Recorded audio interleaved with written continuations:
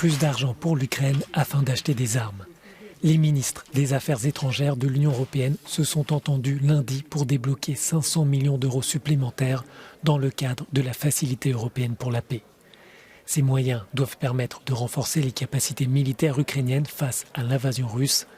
Les 27 envisagent aussi d'interdire les importations d'or en provenance de Russie.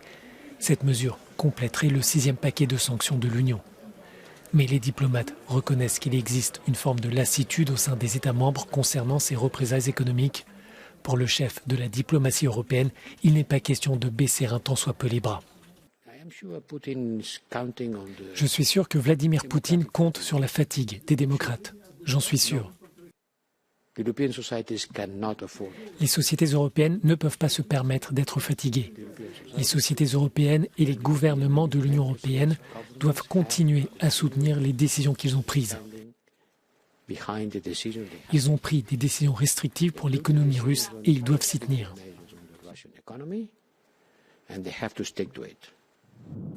Alors que la crise énergétique se poursuit et que les prix continuent de grimper, certains gouvernements européens commencent à hésiter à apporter une aide financière à l'Ukraine.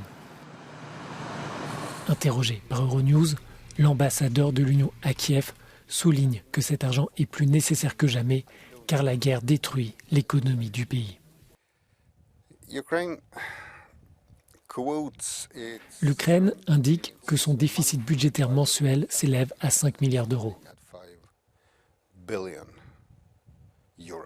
L'aide financière internationale provenant de différentes sources n'est pas encore suffisante pour combler cet écart.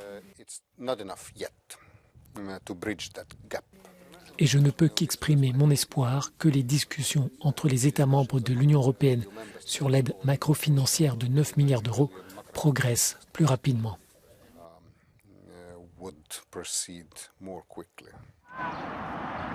L'Union a décidé d'apporter cette aide dont la première tranche d'1 milliard d'euros devrait être débloquée dans le courant du mois, mais il n'y a pas pour le moment d'accord sur le déblocage du reste de cette enveloppe.